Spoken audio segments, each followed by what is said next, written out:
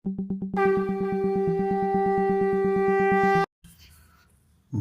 पुरुषोत्तमम। आलोचना प्रसंग भाग 2 से 23 दिसंबर सन 1941 की। श्री ठाकुर जी से वार्तालाप। दोखल नाम का एक व्यक्ति जा रहा था। उसे देखते ही श्री ठाकुर ने पूछा, अरे परमाणिक, नारंगी खाओगे? दोखल बोला, खा सकता हूँ। श्री ठाकुर ने एक माँ से कहा, जाओ बड़ी बहू से 4 नारंगी लेती आओ न। नारंगी लाने पर श्री ठाकुर ने उसे हरिपद दा को देने कहा। उन्होंने हरिपद दा को इशारे से दोखल को देने कहा। धीरेन्द्र दा चक्रवर्ती अभी कलकत्ता से आए हैं। श्री ठाकुर उनसे युद्ध का समाचार सुन रहे हैं। श्री ठाकुर ने धीरेन्द्र दा से कहा, क्या आजकल तुम गाना बजाना नहीं करते? धीरेन्द्र दा बोले, विशेष नहीं। श्री ठाकुर बोले, गाना बजाना करना अच्छा ही है। धीरेन्द्र दा बोले, जब तक दिल में उमंग नहीं उठती तब तक गाना अच्छा नहीं लगता। श्री ठाकुर बोले, गाते गाते दिल में उमंग आ जाती है। धीरेन्द्र दा बोले, कभी कभी अवसन्नता धर दबाती है। श्री ठाकुर जी बोले, जितनी भी क्यों नहीं अवसन्नता आए उसकी परवाह न करो। उसमें हमारा कोई स्वार्थ नहीं है। उसे बलपूर्वक दिल से बाहर निकाल कर प्रसन्न चित्त से आगे बढ़ना चाहिए। तुम ऋत्विक ठहरे, तुम्हारा तो काम ही है लोगों के दिल में आशा, भरोसा, उद्दीपना संचार करना। यदि तुम स्वयं ही झपकी लेने लगोगे तो दूसरे को कैसे सचेत कर सकोगे? तुम अपने परम दायित्व की बातें स्मरण कर हरदम उसी ताल में रहोगे। यदि याजन पर निर्भरशील रहो एवं उसके साथ ही साथ अच्छी तरह यजन करो तो देखोगे मन सर्वदा चंगा रहेगा। पर तबीयत ठीक रहे इस ओर ध्यान दोगे। खासकर पेट की गड़बड़ी पर विशेष ध्यान दोगे। हर रोज थोड़ा टहलोगे। वीरेन्द्र दा बोले, भविष्य के बारे में उद्वेग बोध करता हूँ। श्री ठाकुर दीप्त भंगिमा में बोले, अरे तुम्हें इतना उद्वेग से क्या मतलब? नौकरी करते हुए अवकाश में परमपिता का काम करो। जो नारायण की सेवा करते हुए चलता है, क्या लक्ष्मी कभी उस पर नाराज हो सकती है? तुम खाओगे, पियोगे, मौज करोगे, द्वार द्वार पर जाकर याजन करोगे, नाम दोगे तथा यजमानों को आगे बढ़ाने की चेष्टा करोगे। जितना भी कहो, ब्राह्मण के काम के समान और कोई दूसरा काम नहीं है। ब्राह्मण ही है मनुष्य का राजा। तुम क्या सोचते हो, करके देखो न। तुम उस समय रास्ते से होकर गुजरोगे तो तुम्हारे चरणों की धूलि लेने के लिए तुम्हारे नहीं चाहने पर भी लोग छीना झपटी करने लगेंगे।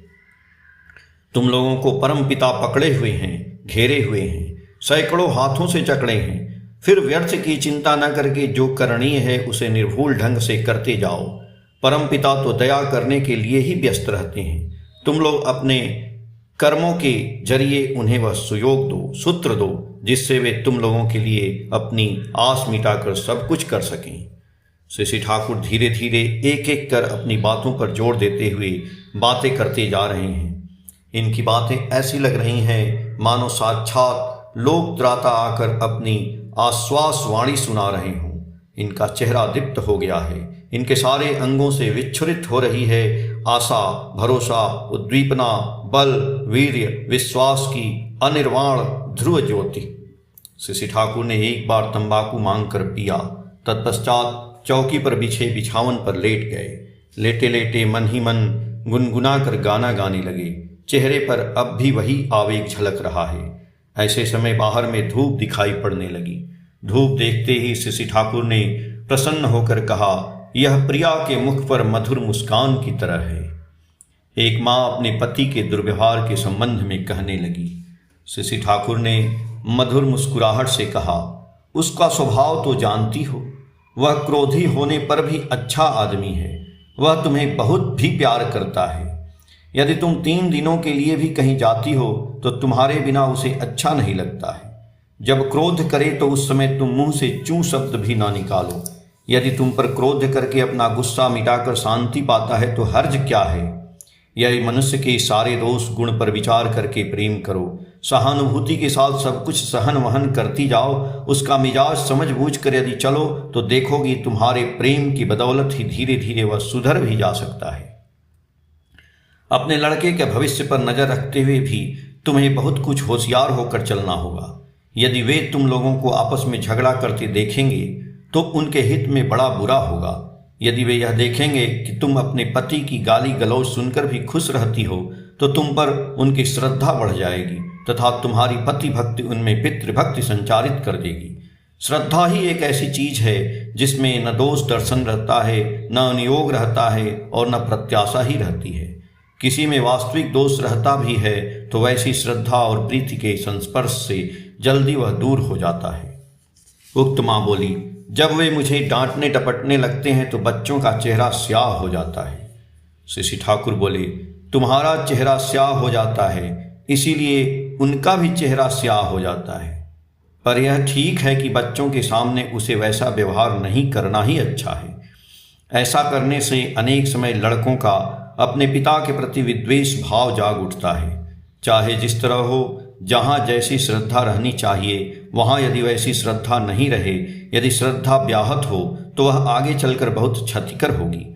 तो भी तुम यदि वैसा चतुर बनो, पति को हर बात एवं व्यवहार का समर्थन करती हुई लड़कों के समक्ष उसकी ऐसी व्याख्या कर सको तो लड़कों की श्रद्धा और भी उच्छ्वसित हो सकती है।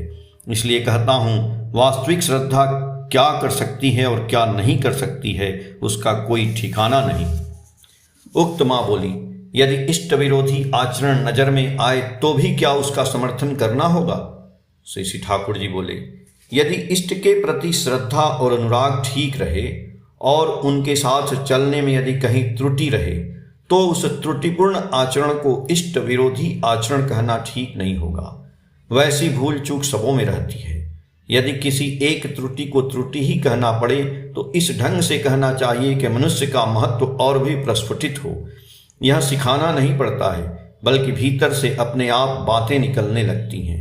तुम लोगों की निंदा यदि मेरे सामने कोई करने आता है और मैं भी समझ जाता हूँ कि वह ठीक ही कह रहा है तो भी तुम लोगों के बारे में मैं ऐसी बातें करने लगता हूँ कि वे सारे दोष नितांत ही नगण्य तथा अकिंचित कर मालूम पड़ने लगते हैं। यदि ऐसा करता हूँ तो क्या मैं दोष का समर्थन करता हूँ? तुम लोगों के प्रति जो मेरा स्वार्थ बोध है वह मुझसे वैसी बातें कराता है।